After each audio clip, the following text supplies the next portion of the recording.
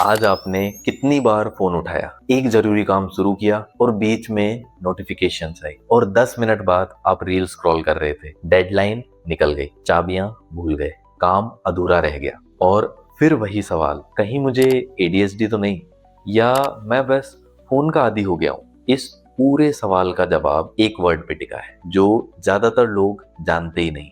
आज मैं आपको वो एक वर्ड दूंगा। नमस्कार, मैं हूं doctor Ashish Yadav, consultant neuropsychiatrist and certified yoga teacher. आज हम 3 चीजें क्लियर करेंगे। एडीएचडी है क्या, फोन एडिक्शन से वो कैसे डिफरेंट है और आप खुद कैसे पता करें कि आपका केस क्या है।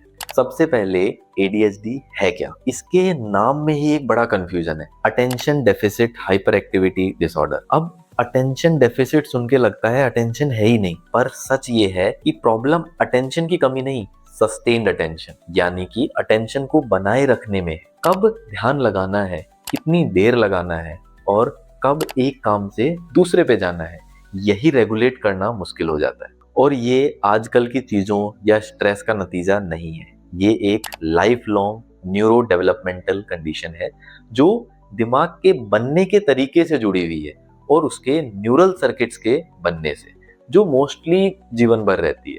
पर इसका मतलब बिल्कुल भी ये नहीं है कि इसे ट्रीट नहीं किया जा सकता।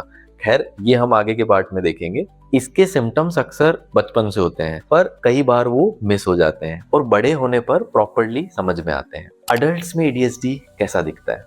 अब आप सोच रहे होंगे, लेकिन मैं तो हाइपर एक्टिव नहीं हूँ। बिल्कुल, क्योंकि अडल्ट्स में एडीएचडी वैसा नहीं दिखता जैसा मूवीज में दिखाते हैं। वो छोटा सा बच्चा जो छोटी छोटी बातों पर चिल्लाता हुआ, इधर उधर दौड़ता हुआ, वो एक स्टीरियोटाइप है। अडल्ट्स में ये एक अलग तरीके से दिखता है और मोस्टली एक बहुत सटल वे में आता है। हर इंपॉर्टेंट काम लास्ट मिनट तक टालना, चीजें बार बार खो देना, कीज, वॉलेट्स, डेडलाइंस मिस कर देना, फोकस कभी बहुत तेज, कभी बिल्कुल ना होना, छोटी सी बात पे ज्यादा इमोशनल या ओवर रिएक्ट कर देना, बात के बीच में इम्पल्सिवली बोल देना, और वो फीलिंग, पता है ये करना है पर शुरू नहीं हो पा रहा है। कभी कभी ऐसा हो तो नॉर्मल है, ये तब एडीएचडी बनता है जब परसिस्टेंट हो, और इसे लेजीनेस या डिसिप्लिन की कमी कहना गलत है। बहुत से लोग स्मार्ट हैं, टैलेंटेड हैं, मोटिवेटेड हैं, बट फिर भी काम शुरू या फिर पूरा करने में बार बार अटक जाते हैं। लेकिन ये अटकना आता कहाँ से है? 2 मिनट दिमाग के अंदर चलते हैं। यहाँ 2 केमिकल होते हैं, डोपामिन और नॉरएपिनेफ्रिन, जो मोटिवेशन और फोकस को चलाते हैं। एडीएचडी में इनकी जो वर्किंग है ना, वो थोड़ी अलग हो जाती है, इसलिए बोरिंग काम पे अटेंशन को लॉक करना इतना मुश्किल लगता है। ये विल पावर की कमी नहीं है, ये ब्रेन वायरिंग का फर्क है। और यहाँ एक बात आपको सरप्राइज करेगी, एडीएचडी वाले लोग फोकस नहीं कर सकते, ऐसा नहीं है। किसी इंटरेस्टिंग चीज पे वो घंटों तक लगे रह सकते हैं। दिक्कत सिर्फ तब आती है जब काम बोरिंग हो या फिर जो रिवॉर्ड है ना वो दूर हो। इसलिए लोग कंफ्यूज हो जाते हैं, कभी मैं सुपर प्रोडक्टिव, एकदम फुल फोकस के साथ, और कभी बिल्कुल भी नहीं। ये इनकंसिस्टेंसी खुद एडीएचडी का एक कॉमन साइन हो सकती है। अब फोन की लत और एडीएचडी में फर्क कैसे करें? अब इंस्टेंट रिवॉर्ड याद रखिए, क्योंकि यही फोन की एंट्री होती है। फोन ओवर यूज खुद एक प्रॉब्लम है। हर नोटिफिकेशन, हर स्वाइप दिमाग को इंस्टेंट रिवॉर्ड देता है। धीरे धीरे दिमाग इन छोटे छोटे रिवॉर्ड्स का आदी हो जाता है और जो लंबे पेशेंस वाले काम होते हैं वो बोरिंग लगने लगते हैं। ये किसी के साथ भी हो सकता है, एडीएचडी हो या ना हो। अब सबसे जरूरी फर्क, फोन वाली डिस्ट्रैक्शन सिचुएशन पे डिपेंड करती है। फोन साइड में रखिए, बाउंड्रीज बनाइए और फोकस वापस आ जाता है। मतलब प्रॉब्लम जो है वो फोन थी, आपकी वायरिंग नहीं। एडीएचडी में ऐसा नहीं होता। उसके सिम्टम काम पे, घर पे, रिलेशनशिप में, हर जगह बने रहते हैं। हाँ, पहले से एडीएचडी हो तो फोन एडिक्शन जल्दी लग सकता है, क्योंकि फोन वही इंस्टेंट स्टिमुलेशन देता है जो आपका दिमाग ढूंढता है। पर फोन एडीएचडी की जड़ नहीं है। वो प्रॉब्लम को बढ़ा सकता है, कई बार छुपा भी सकता है, पर बनाता नहीं है। तो मैं कैसे पता करूं कि मेरा केस क्या है? याद है मैंने कहा था, जवाब एक वर्ड पे टिका है, इम्पेयरमेंट, यानी नुकसान। एक साइकेट्रिस्ट के तौर पे मैं सिर्फ सिम्टम्स नहीं, पैटर्न देखता हूँ, और सबसे ज्यादा इम्पेयरमेंट देखता हूँ। एक एग्जांपल, 2 लोग पढ़ते पढ़ते फोन उठाते हैं। पहला हफ्ते में 1-2 बार, एग्जाम आया तो फोन को दूर रख दिया और सीधा जो है पढ़ाई पे ध्यान लगाया। दूसरा हर रोज हर काम में अटकता है, ऑफिस का काम, बिल, दोस्तों से किए प्रॉमिसेस, सब पीछे छूट रहा है और ये सालों से हो रहा है। दोनों फोन उठाते हैं लेकिन नुकसान सिर्फ एक को हो रहा है। तो खुद से पूछिए, क्या ये दिक्कतें मेरी जिंदगी को सच में नुकसान पहुंचा रही हैं? मेरे काम, मेरे रिलेशनशिप, मेरी रोजमर्रा की जिम्मेदारियों में अफेक्ट कर रही हैं? सिर्फ इरिटेट होना काफी नहीं है। असली सवाल है, क्या ये आपको सच में रोक रही है?